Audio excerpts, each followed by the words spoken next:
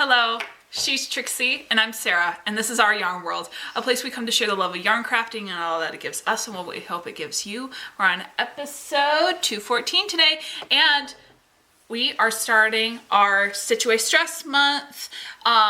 April is Stitch Away Stress Month. For those that do not know, it is where crafters get to celebrate the art of being able to share with the world the things that we do that help us meditate, calm down, ground ourselves. It is one of the ways that we can celebrate what crafting has brought to mental health. Yes. And the way that it has progressed and have now been more regularly recognized as what it is, which is almost a homeopathic remedy. It is its own way of soothing, it's its own way of grounding, it's its own way of coping. And we are in this channel more than happy to share all things that help relieve stress and calm the mind. So we are excited to start this month off with a bang. Yeah. So I personally cannot wait to share with you what I am going to be sharing with you. But Mother? Yes. We're still continuing on with the placemats, and I love this. I love this trilogy you're on. This makes me so happy. I'm still using, I love this cotton yarn from Hobby Lobby.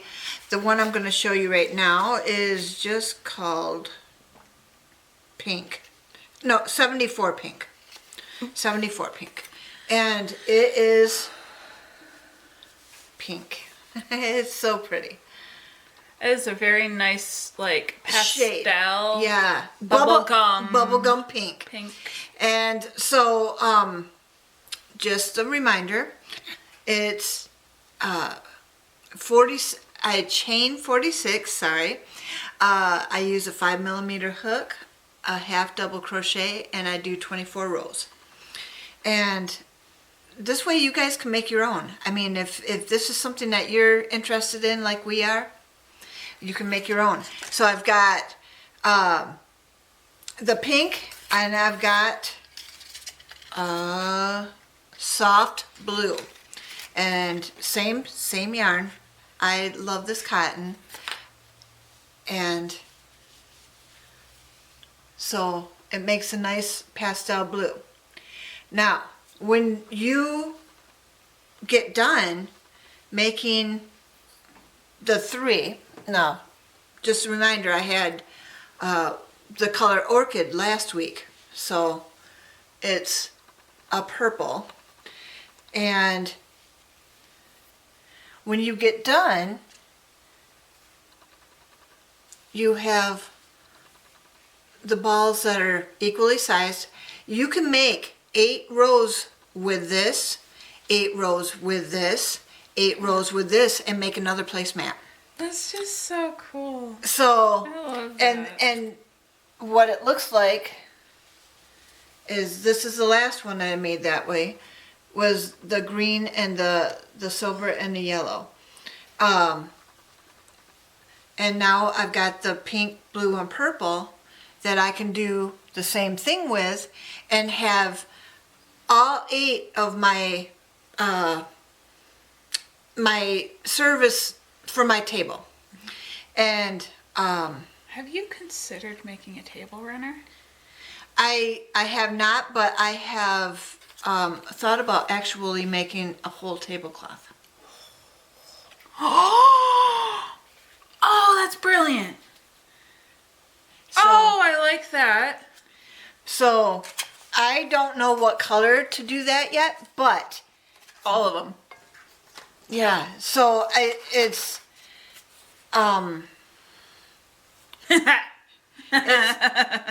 enough to make. You get enough to make one whole one and a third of one in the yarn that you get from the skein of I Love This Cotton yarn from Hobby Lobby. So, you know, you can figure out the colors that you would like to incorporate, or, you know, however you want to do that. And you can also order it online, and they show you all the different colors and stuff, and it's really nice. That's how I ordered the pink, blue, and the purple, because although we do have a Hobby Lobby here in town, if you're not on that side of town very much, it's hardly worth going out there for just the little that you have to get. If you're going to be out there for a whole lot of other reasons, that's a good reason to go. And there's a lot around our Hobby Lobby. But if you're not out there very often, just to go out there for that, it seems like almost I don't want to say a waste of gas, but it's with gas prices the way they are, and going out of your way to go get something, it almost seems more economical just to get it online sometimes. And so, and it depends on how you're feeling too. If you're not doing well, or you would rather have somebody else just deliver it to you, that works too. If you have the energy and you can do this yourself, and you don't mind going into the store and maybe buying the whole store out, that's another thing. You go into those kind of stores and it's like, well, I need this, and I need this, and I need this, and I need this. That can be really expensive. So sometimes it's just easier to know your limits. So, okay. I did make one more thing, and it's nothing to do with yarn, but I did make another sun catcher, and that's working with wire. And so when you're wrapping wire, it's almost like you're stitching something. And for me, anyway, I was wrapping wire around the bead, or incorporating the beads around, and it was so fun the other day, just figuring this out. But I have a neighbor lady who saw my sun catcher in my car, and she's like, "Oh, that is so beautiful, I love it." And I said, "Well, what's your favorite color?" And she said, "Pink, just like you." And I'm like, "Well, okay then." I said, "Do you like silver or gold?" And she says, "I like silver." And I said, "What kind of prism would you like? A round one, or a tear-shaped one, or a heart?" And she's like, "I like the heart like yours." And I'm like, "Okay then." So I made her one, and then I just kind of kept it back so I could show you guys first before giving it to her. After we get done filming today, we're going to bring it to her. So it is pink and iridescent, and then it has a heart prism in it, and I put a little charm of 3 arrows right up here. I don't know if you can see that. I'm going to get my hand out of the way. And so it's a little different from anything I've ever done before. And then you have the chain to let it hang down from your mirror, and the connector, the ball and chain to connect it on your mirror. And so it was fun. I really enjoyed myself. I haven't made one in a while, and I just thought, it's fun. Oh, and I put it on a rotating keychain clasp, so it will swing, or it will twist around. Yep. And so we're looking forward to giving it to her. She's had a little baby who's got RSV and so sick right now, and so I just want to do something to cheer her up. So what have you been working on?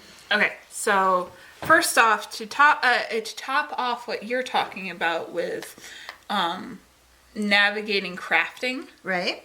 for your and choosing yarns and whether to go into a store or not. Yeah. It's very important, especially this month. We pick and choose our battles wisely. Yes. Yes. And here's the thing. It's not about not being able to go socialize, breathing in some fresh air, kind of going and doing something just for yourself. But there's also the reality of just other things, other factors, gas prices, not wanting to spend any more money.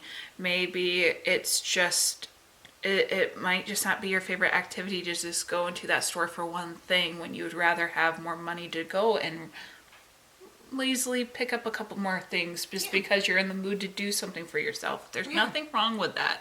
But there is that aspect that when you're shopping online and you're just going in for one thing and you're able to go to that thing, get it in the cart and just check out and know that it will get to you in a reasonable amount of time, especially now how things are serviced, that makes it easier. And if you're up for that and you're already on certain delivery sites, they can just go and pick it up and give it to you that day. And you're paying someone else to be able to support them and their household to just go pick it up for you. And some people might call it, extra. I think that it is the right choice at the right time. We have to pick and choose our battles wisely. Personally, I struggle with Hobby Lobby because it's not the same as a lot of other hobby-based stores, right? Such as like other crafting stores and stuff, because it's turned more home decor, or maybe it's always been home decor. And I'm not going to say that home decor isn't its own art form. When I think of a hobby store, I think of things that are strictly hobby-based, things you do with your hands. Home decor, I believe, is a very unique form of self-expression that you are able to personalize and can be very artistic, yes, but I don't think of that as in the same vein as I think of it as crafting or assembling something that requires some sort of inspiration. I don't know. It's my personal view on it. I don't think that them having both of them on the same thing is wrong. They're not my favorite store. They're just not. That's personal beliefs. They're just not my favorite store. But here's the thing. I'm not dissing anybody who goes there. It is what it is. My issue is just much more personal. It's just the whole fact of like, they don't have the yarn variety that I want. Just like Walmart doesn't have the yarn variety that I want. Or that Meijer doesn't have the yarn variety that I want. It's why I liked Joann's so much, because they had a larger yarn variety. Not dissing any other store. It's just not what I grew accustomed to. It doesn't have the amount of brands, the amount of spectrums, the amount of materials, the amount of the size of the yarn. Yeah, the density, the structure, the thicknesses. Yeah, everything has changed. And Michael's might be closer to a Joann's, but the last time I went into a Michael's, their yarn was very sparse. And their fabric section was very sparse. Now, I do know... And it's probably an hour 15 minutes away from us. Now, here's the thing. The Michael's I was going to was probably about to hit a remodel. So there's and I know that Michael's has been advertising a larger yarn section than before. And that is after I last went. So I'm not going to act like that isn't now. Yeah. It's very possible. And if I go to another Meijer, I would probably go in the opposite direction towards a different location that I know had a better store, just in general, because that also, depending on the manager, depending on how frequently that those Michaels are being actually frequented, means that what they are more likely to sell, or what their store and what the population normally takes out of that store is what's going to be most stocked. Exactly. And if people are not going there for yarn, their yarn selection might be more sparse than other Michaels, just based on that alone. Like, maybe people over there just don't pick up that sort of supply it's just, there's so many different factors. But no, I'm just trying to establish that I do struggle with the aspect of online shopping, even though I do enjoy it. Don't get me wrong. I frequent the online shops all the time. The conversation I struggle with is I don't want to not support physical stores. Right, yeah. But there are there is a balance and that sweet spot in between. When am I picking and choosing the battle correctly? Because my mom, ordering from Hobby Lobby, regardless of whether she went there or not, is still supporting the store. Yeah. Still want to support the physical one. Just picking and choosing your battles and gas prices and not wanting to spend more and staying on budget and a whole bunch of other things. And it was less stress to me. Yeah. And that's the point. We have to pick and choose our battles, and sometimes we don't need to overthink it. I just know that I can't wait till I finally figure out my sweet spot for a new yarn supplier. And when I'm able to do so, I know that that's where I'm going to strictly go. Yeah. It's not going to stop. Just like with Joann's, I almost would go out of my way to go to Joann's than just run to Walmart or run to Hobby Lobby or run to Meijer.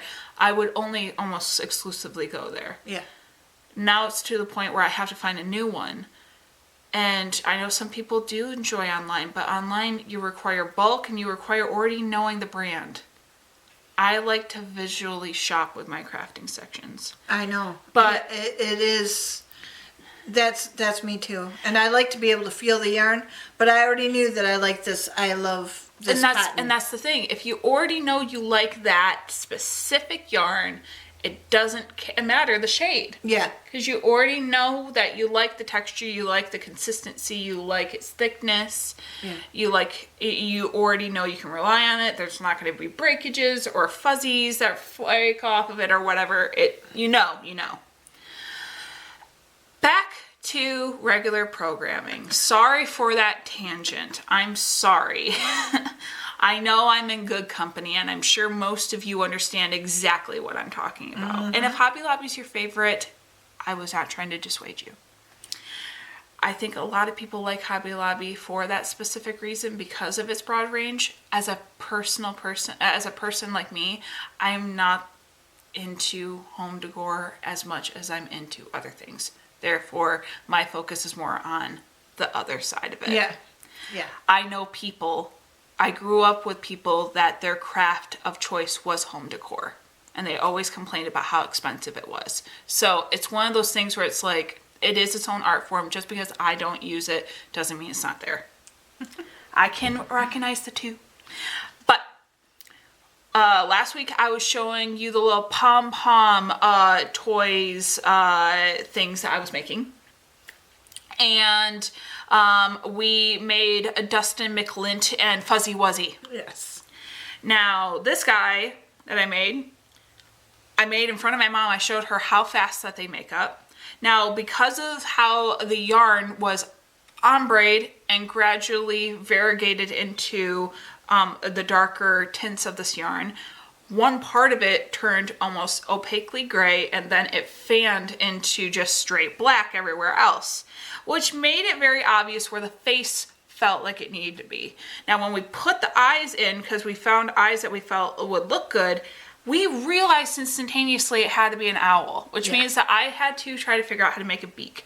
Now, is this my best beak? Probably not. Is it good enough, and does it not look good? It still looks absolutely fantastic. Now, Mr. Fluffle is an owl of a very specific nature. He has seen things. He knows things. And he doesn't know what to do with all that information. He is always stressed out. That's why he needs love. Because he's always pulling out his feathers. And he is just fluffy.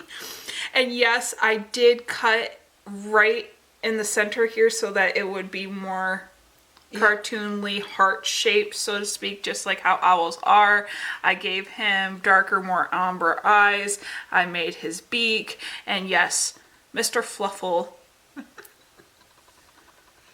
he knows much, and he has seen things, and he is judging you. Sorry. Great. Oh, he's got a whole backstory. I love it. Just like Fuzzy Wuzzy.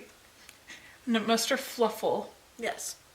Mr. Fluffle is now going to sit with Mr. Fuzzy Wuzzy. And they're going to live together knowing what they know. In harmony. And never being able to say one thing. Yep. They're just gonna watch. Mm-hmm. Mm-hmm. And I love it. My kids, specifically my son, has a thing for arts and crafts. I wonder where he gets it from.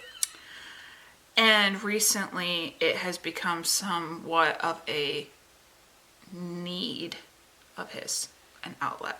Okay. It's become a weekly, if not every other day thing that he has to do. Good. He's choosing it over electronics. He's choosing it over Wow. other things. Like he's gravitating towards it. Good. And I'm not saying that he doesn't possibly grab his tablet and watch something while he's doing it. But there's a sense of that when he gets bored, he's now gravitating towards crafting more than playing with his other toys and stuff. And I'm not saying that that makes it better or worse. It's just now become a fixed point in his routine. And that's great. He knows himself at 6 years old. And that's really good. And he's making big things, like huge things. He's made robots. He's made... And he's asking me for help and thinking outside the box and learning how to think outside the box and this stuff. The other day he made a centipede, a 3-eyed centipede with jeweled hair and 4 arms. Like all its feet were one thing. Plenty of feet on the bottom. 4 arms. 3 eyes. 1 nice smile and jewels for the hair. Made out of saltine cracker box. It's great. As we call them, nana crackers. Yeah. But I just now am kind of making a routine of when we are getting done with a box for food or whatever, and I think it's going to be craftable. I throw it in his bag where he crafts stuff out of. I even been going to the dollar store picking up different things like googly eyes and popsicle sticks and gems and stuff. Dollar item, craft items I can throw in his bag. Pipe cleaners. Yeah, just throwing in there, see what he makes out of them. Well, we were crafting the other day, and I decided that with one of the pipe cleaners, I would just bedazzle it with some of the gems. That's not a pipe cleaner. Popsicle stick. And bedazzle it. It's pretty. And it's just fun. I like it. And these are those gems that are kind of gaudy. Kind of like... They remind me of costume jewelry. But almost. when you put them all together, it's really pretty. There's There's obviously a theme here. But I did this because I figured it could operate like a...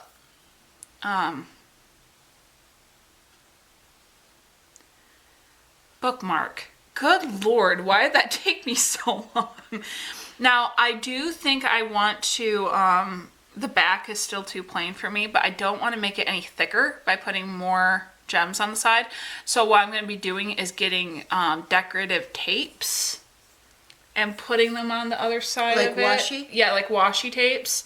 And I'm going to get a checkered, black and white washi tape because anyone who knows me knows it's my favorite pattern. And I'm going to do that. I'm also possibly going to start painting the backs of these before I glue the gems on, because just that plain wood look is not my favorite. But I also might glue yarn in between it and just run it in between, because I want to start doing that. I saw this artist that instead of crocheting or knitting with the yarn, she would put glue down on a piece of paper and then run and fold the yarn back and forth, making different designs with the yarn. Wow. Like a continuous strand, and making pictures out of this motion of yarn, but it filled the whole page, but it was one, and she had all these images that would pop up in there. Wow. And I really think that would be fun to do a canyon where we figure out that line with a piece of pencil on the page and figure out the design we want to do, and then he has to have the tactile work with his fine motor skills to do the glue and then put the yarn down on it and have it fill out the page. Wow, that'd be really good. So I think that's something I plan to do with him over spring break next week. Well, you got all summer too. Yeah. Oh yeah. Oh He's yeah. gonna have a lot of fun. Oh yeah. But it's something we're doing more often, and so when I sit down and do it with him, I've been trying to do even just small things with it. So it's like. But this is the thing on the table right now, are things that I think my mom are very curious about. Yeah. I took some of the keychains that I made a long time ago that I have not gotten sold yet, which is fine. And I put yarn, braided yarn. So here's a chicken on the bottom of it. Made a tassel. Same thing with this blue ghost. Doing the same thing. And my mom even is asking what it is. Yeah, what is it? Close your eyes.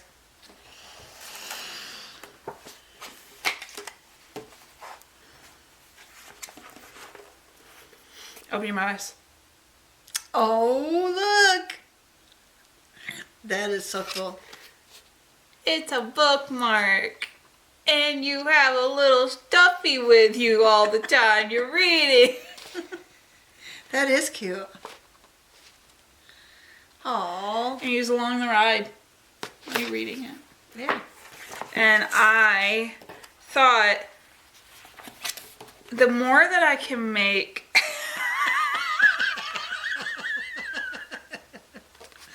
Oh my gosh. It's making sure you read. Finish the book. Sorry. I want to make things fun, and sometimes the smaller the project, the funner it is.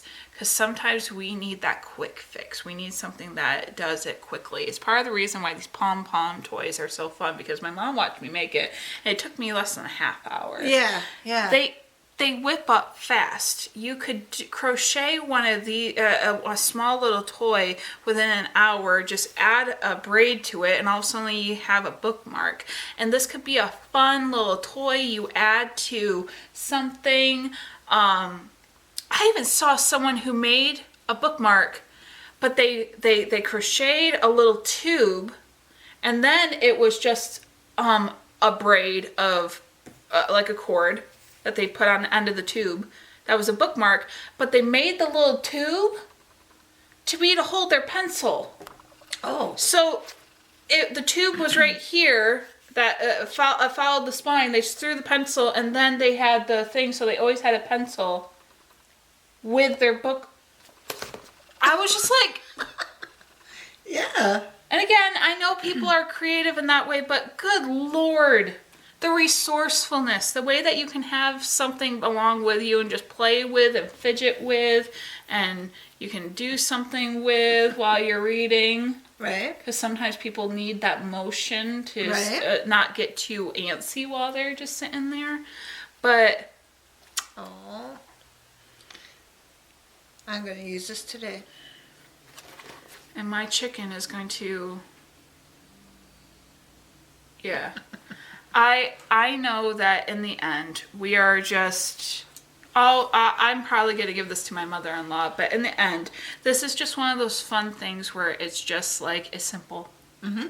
You can make things fun, purposeful, but fun, functional, but fun. Yeah. And I think that that's the thing, taking a pom-pom and giving it life, being able to just make something fun with your kids that's just simple arts and crafts, taking a small stuffy and being able to still make it a part of your everyday other hobby routine, like reading. Right. You just have fun with it. That's all you gotta do.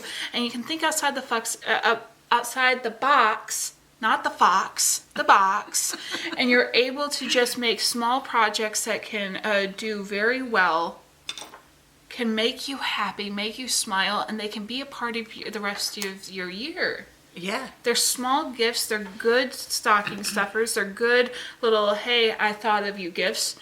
I know a lot of people that make these much more flat, not stuffies, but like a little flower that hangs flat or something. And then you can throw that inside of a birthday card.